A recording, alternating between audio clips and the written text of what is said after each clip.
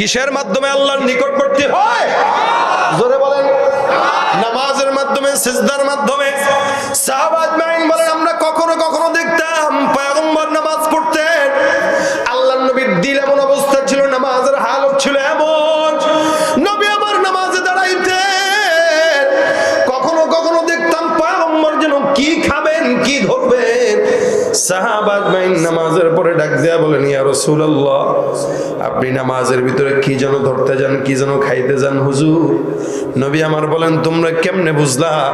সাহাবীরা ডাক দিয়া বলতেন ইয়া রাসূলুল্লাহ, আপনার দাড়ি মোবারক নড়াচড়া করতে, তাই আমরা বুঝতাম আপনি কিছু একটা খাইতে চান অথবা ধরতে চান।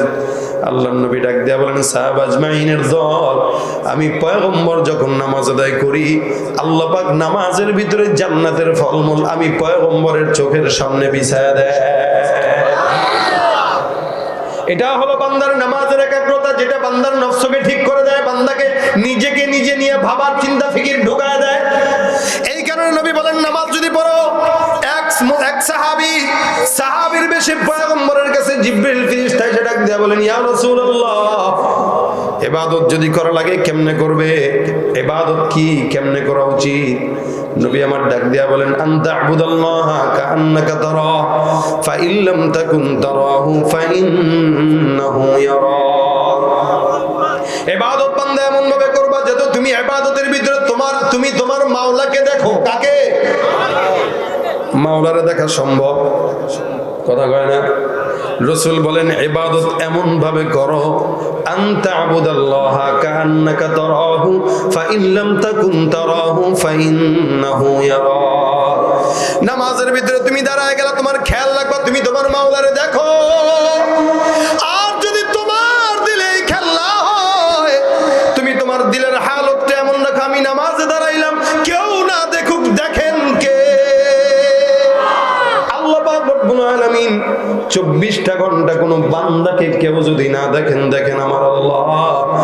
যার কারণে এই জিনিসটা যদি কোনো বান্দা ফিকির করে যে আমার মাওলা আমারে দেখে, আল্লাহ পাক রব্বুল আলামিনের দেখার ভয় যদি কোনো বান্দা দিলে রাখে, ওই বান্দা কোনোদিন ঘুষ, দুর্নীতি, চাঁদাবাজি, রাহাজানি করতে পারে না। ভাইরা আমার খুব বুঝবেন, এই কারণে আল্লাহ পাক রব্বুল আলামিন বলেন তোমরা তোমাদের নফসের ফিকির করো। নফস যখন ঠিক হবে বান্দা নামাজ ধরবে, নফস যখন ঠিক হবে বান্দা ইবাদত ধরবে, নফস যখন ঠিক হবে বান্দা চুরির থেকে বাঁচবে, নফস যখন ঠিক হবে বান্দা গুনাহ থেকে বাঁচবে, নফস যখন ঠিক হবে বান্দা জবান দিয়ে মাওলার জিকির উঠায় দিবে। নফস যখন ঠিক হবে বান্দা কোনোদিন কোনো মানুষের জায়গা জমি নিয়ে দুর্নীতি করতে পারবে না। ঠিক কিনা জোরে কর। ভাইরা আমার, এটা হলো নিজের নফসকে নিয়ে ফিকির করা। সাহাবা আজমাইনরা নিজের নফসকে নিয়ে ফিকির করতেন। এক সাহাবী আল্লাহর নবীর কাছে এসে ডাক দিয়া বলতেছেন হানজালা রাদিয়াল্লাহু তাআলা আনহু, পয়গম্বরের কাছে এসে ডাক দিয়া বলেন ইয়া রাসূলুল্লাহ, আমার নফসের অবস্থা কেমন? আমি মনে হয় মুনাফিক হয়ে গেছি। আল্লাহর নবীর কাছে একজন সাহাবী এসে ডাক দিয়ে বলেন পয়গম্বর, নিজের নফসকে যখন নিজের দিকে তাকাই মনে হয় আমি মুনাফিক হয়ে গেছি। নবী আমার ডাক দিয়া বলতেছেন কেন, তোমার এই জিনিসটা কেন আসে? সাহাবী ডাক দিয়া বলে ইয়া রাসূলুল্লাহ, আমার দিলের ভিতরে এই হালতটা আসার পিছনে সবচেয়ে বড় কারণ পয়গম্বর, আমি যখন আপনার মজলিসে বসি আল্লাহর নবী আমার দিলটা বলে আপনার জন্য আমি জান দিতেও তৈয়ার হয়ে যাব, কিন্তু আমি যখন এখান থেকে উঠে অন্যত্র চলে যাই, হে পয়গম্বর, আমার দিল মনে হয় দুনিয়ার পিছনে মায়ের হয়ে যায়। আল্লাহর নবী আপনার সামনে একরকম, আপনার বিপরীতে আরেক রকম। হে পয়গম্বর, আপনি বলেন এটা তো মুনাফিকের আলামত। নবী আমার ডাক দিয়া বলেন হানজালার টেনশনের কারণ নাই, কারণ যেই গাছে বড়ই থাকে সেই গাছেই কিন্তু পোলাপান ঢিল মারে। ইমান যেই দিলের ভিতরে থাকে ওই দিলেই শয়তান আঘাত করতে চায়, ঠিক না? যার কারণে দেখবেন ইমানদারদেরকে শয়তান ধোঁকা দেয় বেশি, কারণ শয়তান যে আছে ঘুষ খায় সে তো এমনিই শয়তানের খালতো ভাই। যার কারণে দুর্নীতিরে সে কোনো কিছুই মনে করে না, সুদ খাওয়ারে সে কোনো কিছুই মনে করে না, জেনা করাকে কিছুই মনে করে না, দুর্নীতি, চাঁদাবাজি, রাহাজানি, সন্ত্রাস, মাদক এগুলারে কোনো কিছুই মনে করে না। বুঝতে হবে এটাকে শয়তান নিজ হাতে খেলাফত দিয়েছে, ঠিক কিনা? বুঝতে হবে শিক্ষা যদি যদিও তাদের থাকবে, তবুও তাদেরকে শিক্ষিত বলা যাবে না, এগুলা শিক্ষিত শয়তান। ওরা হলো দেশের লাগি মহামারীর মতন, ফাইলে কলম ঠেকাইয়া চালায় শুধুই নির্যাতন। ঘুষের টাকায় ওদের ভুরি, ঘুষের টাকায় ওদের ভুরি, করে যে ঠান্ডা। ওরা শিক্ষিত শয়তান, ওরা শিক্ষিত শয়তান, ওরা শিক্ষিত শয়তান, ওরা শিক্ষিত শয়তান। পীরগিরি আর মাজার পূজা চলছে দেশটা জুড়িয়া, শিরকি আর ভণ্ডামিতে দেশটা গেছে ভরিয়া। গাজার কলকি টান মারিয়া, গাজার কলকি টান মারিয়া দেখায় খাজার শান। ওরা শিক্ষিত শয়তান, ওরা শিক্ষিত শয়তান, ওরা শিক্ষিত শয়তান, ওরা শিক্ষিত শয়তান। আছে না নাই? সমাজের ভিতরে কেউ যদি গুনাহগার হয়, একজন প্রকাশ্যে গুনাহগার বান্দা 10 জনকে গুনাহগার বানায়, একজন প্রকাশ্যে ইমানদার বান্দা 10 জনকে ইমানদার বানায়। ঠিক কিনা জোরে কও? আল্লাহ পাক রব্বুল আলামিনের পয়গম্বর বলেন, হে হানজালা, আমি নবীর সোহবতে যখন আসো তখন তোমার এক হালত, আমি নবীর থেকে দূরে গেলে আরেক হালত। এটা মুনাফিকের আলামত না, এটাই হলো ঈমানের আলামত। সুবহানাল্লাহ। এই যে অনুভূতিটা তোমার আসছে যে তুমি মুনাফিক হইছো, এটাই তোমার ঈমানের আলামত। যার গুনাহ নাই, যে ঈমানদার, গুনাহ করার পরে অথবা অন্যায় যদি করতেও চায়, শয়তান যদি ধোঁকাও দেয়, সে বুঝবে যে না না না, এটা তো উচিত হইতেছে না। কি ঠিক না? এতটুকু অনুভূতি যদি কারো নাই আসে, বুঝতে হবে ওর তো ঈমানই নাই। ঈমান থাকলেই না অনুভূতি আসবে। কি বলেন? আরে কথা বুঝে না, ঠিক না? সাহাবাত মাইনদের মতো নিজের নিজের ফিকির করেন। এ মুসলমান খুব বুঝবেন, আমিরুল মুমিনিন হযরত ওমর ফারুকের নাম শুনছেন না শুনেন নাই? মুসলমান ঘরের সন্তান, বেহায়ার মতো, বেলাজের মতো খেলোয়াড়ের নাম জানে, মাগার সাহাবা ইকরামদের নাম জানে না। এক ভিডিওর ভিতরে দেখলাম একজন জিজ্ঞাসা করতেছে মুসলমান বাইরে, বলেন তো 4 জন নবীর নাম বলেন দেখি, শুনি পারেন কিনা। ওই আল্লাহর বান্দা মুসলমান বলতেছে, আর কথা কয় না। যে মুসলমান সাহাবীর নাম জানে না, ওরে মুসলমান বলা যায়? আমিরুল মুমিনিন ওমর ফারুক ইসলামের কয় নম্বর খলিফা? জোরে কোন মিয়া? দ্বিতীয় খলিফা, অর্ধ জাহানের খলিফা আমিরুল মুমিনিন হযরত ওমর ফারুক নিজেকে নিজে নিয়ে কেমনে ফিকির করে, খুব দিল দিয়ে শুনবেন মুসলমান। আপনি আমি নিজের ফিকির করি না। আমার চিন্তা কেমনে আরেকজনের মুমিন বানাবো, আরেকজনের মুসলমান বানাবো, অর্থাৎ আরেকজনকে নিজে ফিকির করি, নিজেকে নিজে নিয়ে ফিকির করার টেনশন আমাদের সময় নাই। খুব বুঝবেন মুসলমান নবীর উম্মত, হযরত ওমর রাদিয়াল্লাহু তাআলা আনহু নিজেকে নিজে নিয়ে ফিকির করে কেমনে। রাসূলের এক সাহাবী ছিলেন হযরত হুযায়ফা রাদিয়াল্লাহু তাআলা আনহু। হুযায়ফাতুল ইবনুল ইয়ামান রাদিয়াল্লাহু তাআলা আনহু রাসূলের একজন সাহাবী। এই সাহাবীর কাছে আল্লাহর নবী সুন্দর করে মুনাফিকের লিস্ট ধরা দেন।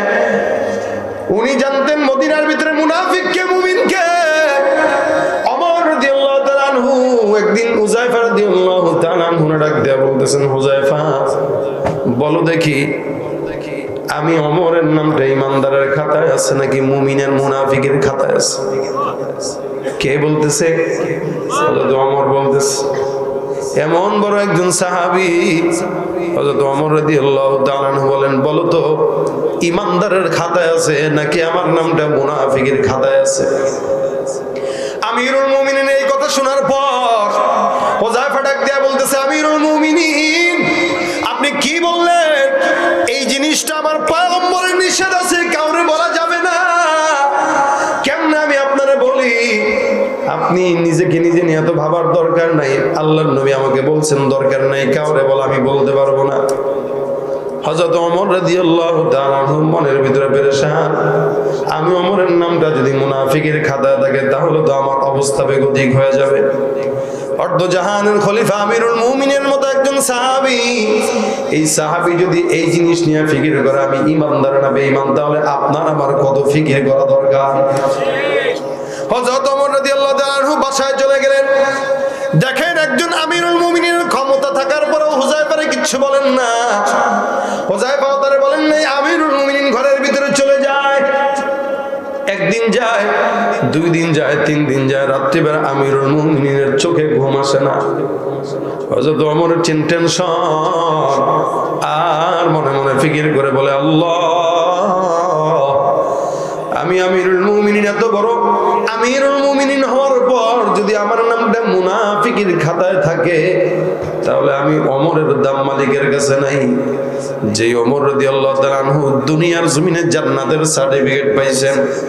রাসূল বলেন, আবু বকর জান্নাতি, ওমর জান্নাতি, ওসমান জান্নাতি, আলী জান্নাতি। আপনার আমার ব্যাপারে আল্লাহর নবী কি এই কথা বলছেন কিনা জোরে কোন তো? যেখানে ওমরের ব্যাপারে নবী বলেন, লাউ কানা বাদি নবী, আমার পরে কোন নবী যদি আল্লাহ দুনিয়াতে পাঠাইতেন, আমার পরের নবীটাই হইতো, অন্য কেউ নয়। কে হইতো? সেই ওমর নিজেকে নিজে ফিকির করে বলে, আল্লাহ, আমি নিজেকে নিজে নিয়ে এত ব্যস্ত, মালিক গো, আমি ওমরের নামটা কি ইমানদারের খাতায় নাকি মুনাফিকের খাতায় আমি ওমর জানি না। 2-3 দিন পর গভীর রাতে একদিন হুযায়ফার দরবারে যায়। যাওয়ার পরে দরজার ভিতরে টোকা দিয়ে জিজ্ঞাসা করে, হুযায়ফা ডাক দিয়া বলে, কে? বলে, আমি আমিরুল মুমিনিন। হুযায়ফা ডাক দিয়া বলতেছে, আমিরুল মুমিনিন কেন আসলেন? আপনি একবার সংবাদ দিলেই তো আমি নিজে আপনার দরবারে চলে যাইতাম। ওমর ডাক দিয়া বলেন, হ্যাঁ হুযায়ফা, তোমার জিনিস এখানে নয়, এখানে আমার ফিকির, যার কারণে আমি তোমার কাছে ছুটে আসলাম। তুমি একটু জবাব দিবে, একটা প্রশ্ন আছে। হযরত হুযায়ফারে আমিরুল মুমিনিন ডাক দেয়া বলে, হুযায়ফা, আল্লাহর কসম করে বলো, আমি যদি মারা যাই তুমি আমার জানাজার নামাজ পড়বা কিনা? আমিরুল মুমিনিন ডাক দেয়া বলতেছে, হুযায়ফা, তুমি একটু বলো, আমার জানাজার নামাজ তুমি পড়বা কিনা? হযরত হুযায়ফা ডাক দেয়া বলতেছেন, হে আমিরুল মুমিনিন, কি বলতেছেন এই কথা? আপনার মতো ওমরের জানাজা আমি পড়বো না, এটা হয় না। না, আমি ওয়াদা করলাম, কথা দিলাম, আপনার ইন্তেকালের পর আপনার জানাজা সর্বপ্রথম কাতারে যারা আমি হুযায়ফা পড়ব। হযরত ওমর ডাক দেয়া বলতেছে, আলহামদুলিল্লাহ, আমার প্রশ্নের জবাব হয়ে গেল, আমি সব কিছুর উত্তর পেয়ে গেলাম। হুযায়ফা ডাক দেয়া বলতেছে, আমিরুল মুমিনিন কি পাইলেন?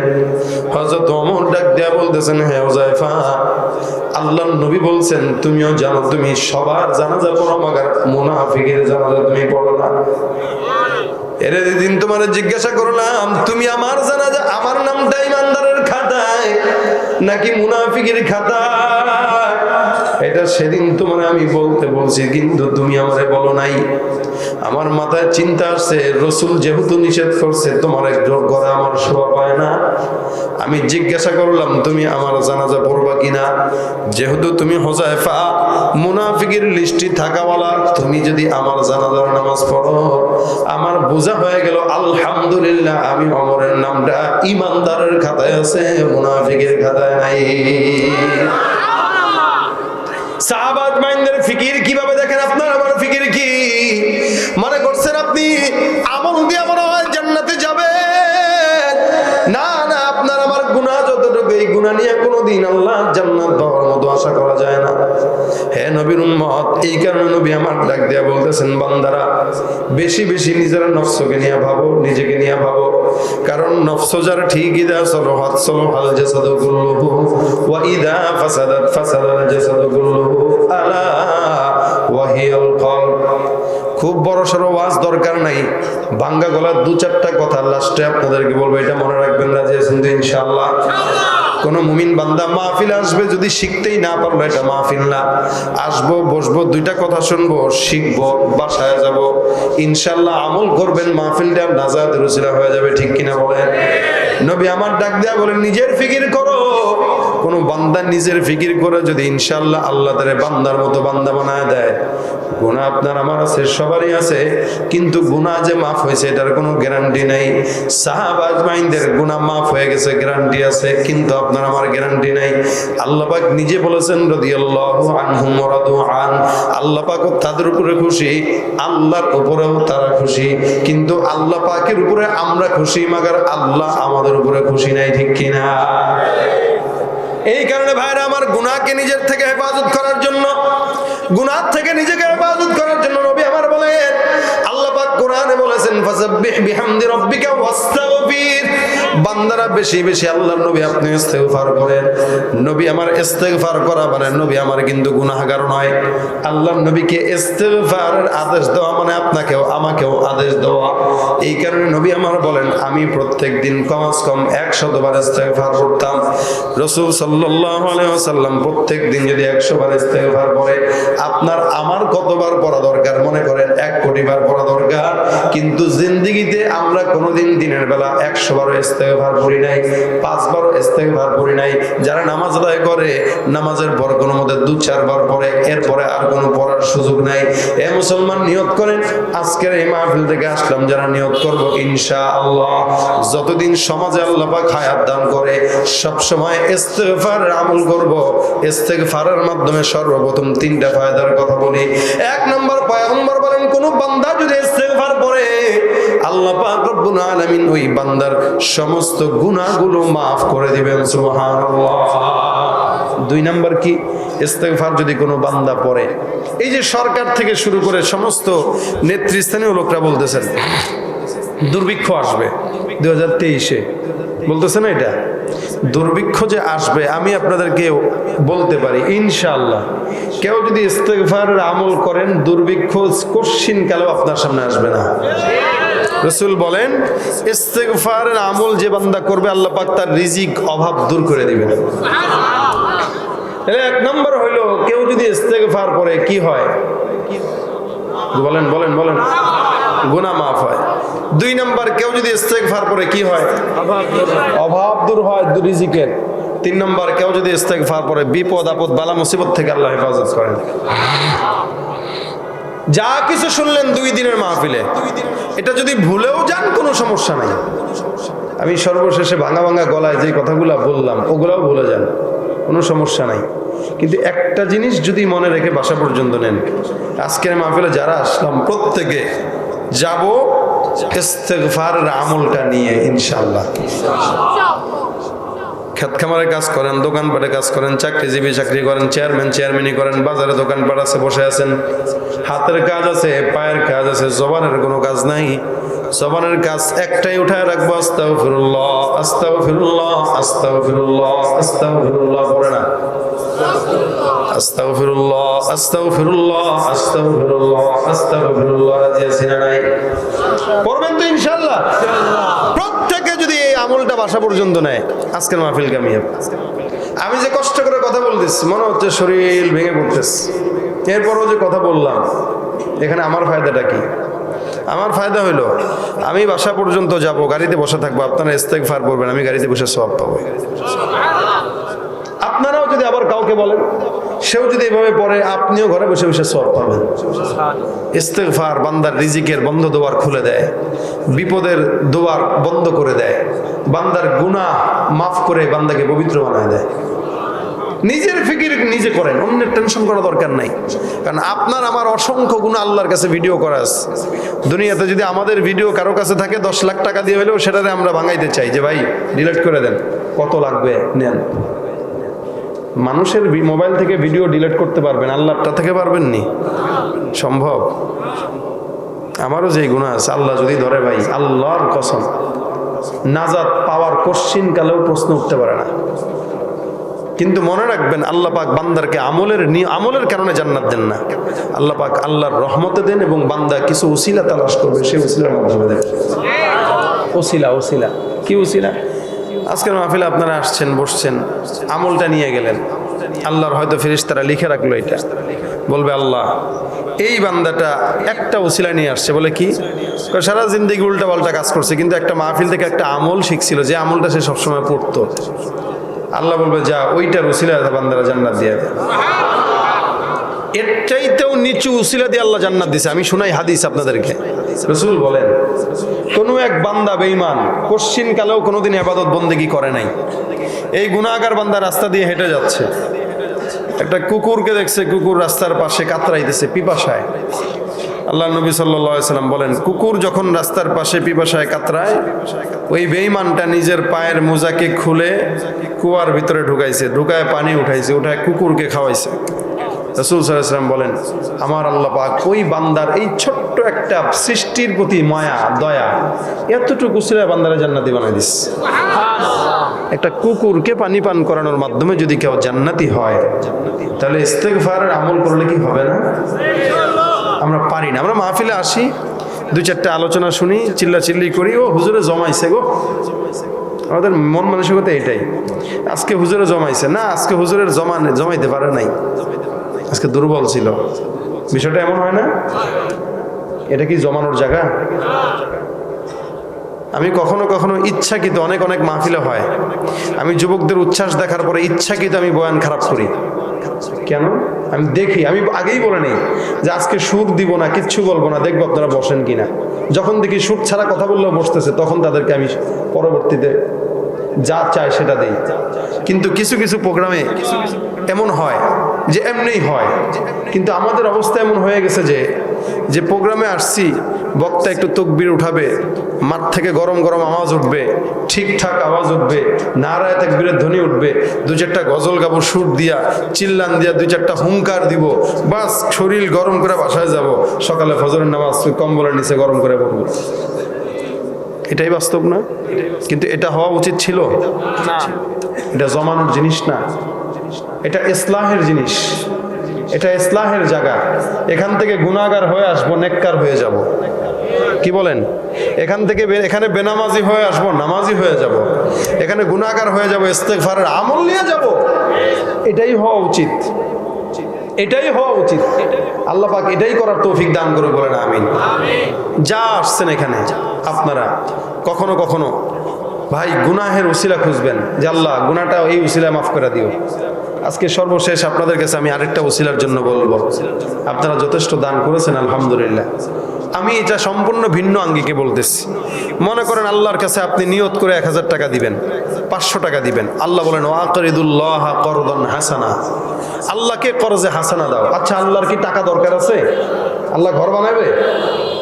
তা আল্লাহ যে বললেন আল্লাহকে করজ দাও, আল্লাহকে করজ দেওয়া মানে এতিমরে দান করবেন, আল্লাহকে দান করা হবে। গরিবকে করজে হাসানা দিবেন, আল্লাহকে করজে হাসানা দেওয়া হবে। এটাই হলো করজে হাসানার মূল ব্যাখ্যা। তো আপনাদেরকে আমি বলি, আমাদের প্রত্যেকের গুনাহ আছে এখানে। আমরা যদি চিন্তা করি আজকে আমার গুনাহটা মাফ করাইতে চাই, আমি এই 500 টাকা আজকের মাদ্রাসার জন্য দিব, এই নিয়তে যে আল্লাহ আমার গুনাহগুলি মাফ করায় দিয়েন। এরকম যদি কেউ থাকেন, আমার হাতে দিবেন, 500 হোক 100 হোক, এই টাকাটা আমি দিলাম আমার গুনাহ মাফ করার জন্য। আল্লাহ আপনি এই উসিলায় আমার গুনাহ মাফ করেন, আমার বাপ মা কবর আছে তাদের গুনাহ মাফ করেন। এরকম যদি কেউ থাকেন, আমি সর্বশেষ দেখতে চাই। ইনশাআল্লাহ সকলের জন্য দোয়া হবে, সকলে মিলে। আল্লাহ পাক যেন সকলের জানে মালে বরকত দান করে। আল্লাহ পাক যেন আমাদের মাশাআল্লাহ অনেক গুনাহগারের ভিতরে আছে। আল্লাহ পাকে ভাই নাম কি? মতিউর রহমান ভাই দোয়া চাইছেন 500 টাকা। উনি ওনার জন্য, ওনার ছেলের জন্য দোয়া চাইছেন। আল্লাহ ওনার গুনাহ মাফ করে দেখ, বলেন আমিন। ওনার ছেলেকে মানুষের মতো মানুষ বানাক, বলেন আমিন। আর কেউ আছেন? শেষমেশ আমার হাতে এই নিয়তে দিবেন যে আমরা আল্লাহ তুমি এই নিয়তে আমার গুনাহটা মাফ করে দিও। উঠাউঠি না করেন, টাকা না দেন, এরপরে বসেন। টাকা না দেন সমস্যা নেই, এরপরে বসেন। মুনাজাত এটা অনেক বড় একটা ইবাদত, এই ইবাদতটা অন্তত নিয়ে যান। কে আছেন? আর কে আছেন? 500 দিবেন, 100 দিবেন, 1000 দিবেন। আমি আপনাদেরকে যা বলে ওইটা শুনেন, আমারটা আমি আপনাদেরটা শুনবো না, কারণ আপনারা এতগুলা মানুষ, আমি কয়জনেরটা শুনবো? আমার একাটা শুনেন, আমি বলতে আসছি আমারটা শুনেন। কে আছেন? আর সর্বশেষ মাদ্রাসার জন্য আমার হাতে দিবেন 500 1000 দিবেন, এই নিয়তে যে আজকে আমার গুনাহটা যেন এখান থেকে মাফ করা যেতে পারে। ইনশাআল্লাহ দোয়া করব সকলের জন্য, আল্লাহ পাক সকলের জানে মালে যেন বরকত দান করে। আপনাদের দান দেখার পরে আমার হাতে যদি কেউ কিছু দেন, ইনশাআল্লাহ এরপরে একটা সঙ্গীত আমি শোনা যাবো। আমার গায়ে তেমন বেশি শক্তি আজকে নাই। ওরে খাইছে মুরব্বী, ফেসবুকে বুঝে আবার নতুন লেখেন, লেখে দেন। আমি লেখমু কে? চিন্তা করছেন অবস্থা? আমি লেখমু, গামু, সবই আমি করবো, আপনারা শুনবেন। দেন আপডেট গজল গাইছি, এই যে আপডেট গজল গাই দিছি তো। আর কে আছেন? কে আছেন? আর শেষমেশ 100 টাকার নোট এখানে দিবেন, ইনশাল্লাহ একটা গজল সবাই মিলে গাবো। আমার গায়ে গাওয়ার মতো শক্তি নাই, আমি হয়রান হয়ে গেছি। এরপরে ইনশাল্লাহ ছোট্ট একটা গজল সবাই মিলে গাবো। এরপরে যদি কেউ থাকেন একটু শেষমেশ এখানে দিয়ে যাবে ইনশাল্লাহ। 2 দিন ব্যাপী মাহফিল, আল্লাহ যেন এই মাহফিলটাকে কামিয়াবি দান করে, বলেন আমিন। এই মাহফিলটা সবসময় হক, এটা আপনারা তো চান নাকি? চাইলে সবসময় সহযোগিতা করবেন ইনশাল্লাহ। এই মাহফিলে অতীতে বড় বড় আলোচকরা আসছে, আমি আবুল কালাম ভাইয়ের জন্য অবাক হই। এই লোকে হাফিজুর রহমান সিদ্দিক হুজুররা আনছেন এর আগে, কেন যে উনি আমারে আনলেন? এনে বড় বড় আলোচক আনবেন, বড় বড় মানুষ হবে, বেশি বেশি মানুষ হবে, ফায়দা হবে বেশি। আমারে আনলে লোক হয় নাকি? কয় লোক আসছেন আপনারা আজকে?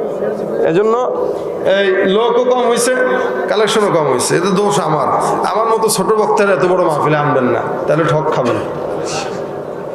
বড় বড় আলোচক আনবেন। কালাম ভাই আবার ঘোষণা দিয়ে দিচ্ছে সামনের বছর সবসময় থাকবো, সবসময় আমার রাখলে আজীবন লসে খাবে।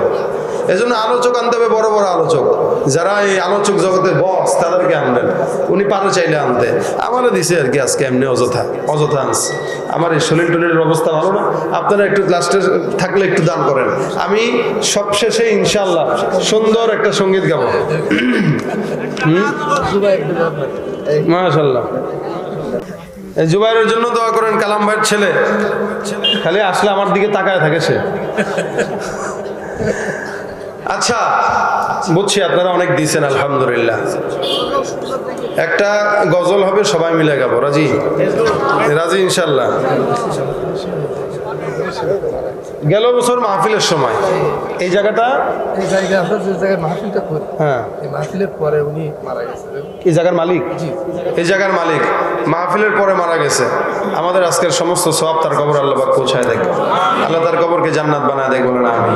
আজকের মাহফিলে যারা যারা দান করেছে সকলের জন্য দোয়া করব, আমার নিজের জন্য দোয়া চাই, আল্লাহ যেন সুস্থতার হায়াত দান করে। আপনারা তো আমাদের জ্বালা বুঝবেন না ভাই, এই জ্বালা বড় জ্বালা, না ঘুম না খাওয়া। আপনারা কম্বল মুড়ি দিয়ে শীতের রাতে ঘুমের মজা বুঝেন, আমরা ঘুমের মজা বুঝি না। আমরা না ঘুমাই দিনে, না ঘুমাই রাতে, এই হইল হালত। যাক দোয়া করেন, দোয়া চাই, আপনাদের দোয়ায় আল্লাহ পাক বাঁচায় রাখছে। নয়তো আপনারা এখান থেকে ঢাকায় একবার গেলে আপনাদের ঘুমাইতে হয় একদিন, আর আমরা কোথা থেকে কোথায় ঘন্টার পর ঘন্টা। আল্লাহ পাক আমাদের হায়াত দান করুক, আপনাদেরকেও নেক হায়াত দান করুক, বলেন আমিন। বিশ্ব নবীর অপমানে যদি না কাঁদে তোমার মন, মুসলিম নয় মুনাফিক তুমি নবীজির দুশমন। নবীর প্রেমে জীবন দেবে কে আছো নওজোয়ান, তাকবীর তুলে সিংহ শাবক হও তুমি আগুয়ান। তোমার বুকে ইমানের বল, জবানে আল কোরআন, ভয়ে কাঁপে কাপুরুষ সব আর নরাধম শয়তান। জীবনের চেয়ে বুকে আছে বেশি নবীজির সম্মান, কেমনে তুমি থাকবে বসে হলে তার অপমান। তুমি সাচ্চা মুসলমান, ইমান তোমার ধন, নবীর প্রেমে জাগ্রত তুমি নির্ভীক পালোয়ান। তুমি সাচ্চা মুসলমান, ইমান তোমার ধন, নবীর প্রেমে জাগ্রত তুমি নির্ভীক পালোয়ান। শ্রেষ্ঠ নবীর ব্যঙ্গ করে পাপিষ্ঠ আর বদনসিব, আমরা তাদের ঘৃণা জানাই ধিকে ধিকে ধিকে শতধিক। জাতিসংঘের কাজ কি তবে দর্শক হয়ে থাকবে চুপ, সাম্প্রদায়িক সম্প্রীতি আজ যাচ্ছে ভেঙে পাচ্ছে লোক। আজকে যারা কুলাঙ্গারের পক্ষপাতী করছো সব, তোমরা কেহ ছাড় পাবে না, শক্ত ধরা পড়বে ঠিক। বয়কট হবে, ধিকৃত হবে বিশ্ব জুড়ে, নিন্দা কুরাবে জাগলে মুসলমান, জাগলে মুসলমান। তুমি সাচ্চা মুসলমান, নবীর প্রেমে জাগ্রত তুমি নির্ভীক পালোয়ান। তুমি সাচ্চা মুসলমান, ইমান তোমার ধন, নবীর প্রেমে জাগ্রত তুমি নির্ভীক পালোয়ান।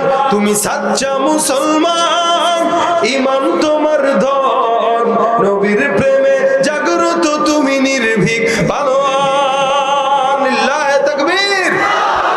আমরা বাসা পর্যন্ত কি নিব মনে আছে ইনশাআল্লাহ? বলেন কি? সবাই বলেন আস্তাগফিরুল্লাহ রাব্বি মিন কুল্লি যামবি ওয়া আতুবু ইলাইহি লা হাওলা ওয়ালা কুওয়াতা ইল্লা বিল্লাহিল আলিয়্যিল আযীম আল্লাহুম্মা সাল্লি আলা মুহাম্মাদিন النبيিল উম্মি ওয়া আলা আলিহি ওয়া সাল্লিম তাসলিমা আল্লাহুম্মা আনতাস সালাম রব্বানা যালামনা আনফুসানা ওয়া ইন লাম তাগফির লানা ওয়া তারহামনা লানাকুনান্না মিনাল খাসিরিন ربنا فاغفر لنا ذنوبنا وكفر عنا سيئاتنا وتوفنا مع الأبرار رب كريم مولا মেহেরবানি করে আজকের মাহফিলকে কবুল ও মঞ্জুর করে নাও আয় আল্লাহ যা আলোচনা হয়েছে আমল করার তৌফিক দান করে দাও আয় আল্লাহ মেহেরবানি করে সমস্ত প্রকার বালা মুসিবত থেকে আমাদের হেফাজত করো আয় আল্লাহ এই জায়গায় যারা বসছে প্রত্যেকের জানে মালে ইমানে আমলে বরকত দান করে দাও রব্বে করিম মেহেরবানি করে সকল প্রকার বালা মুসিবত থেকে হেফাজত করে দাও আয় আল্লাহ আজকের মাহফিলের শেষ পর্যন্ত যারা বসে দুহাত তুলেছে আল্লাহ প্রত্যেককে গুনাহ মুক্ত জিন্দেগি দান করে দাও আয় আল্লাহ মাদ্রাসাকে যারা দান সদকা করেছে প্রত্যেকের দান সদকা কবুল করে নাও আয় আল্লাহ সকলের মনের নেক মাকাসাদ হাসানাকে পূরণ করে দাও আয় আল্লাহ যেই জায়গায় বসে মাহফিল করতেছি জায়গা ওরা দুনিয়ার জমিন থেকে বিদায় হয়ে গেছে মালিক গো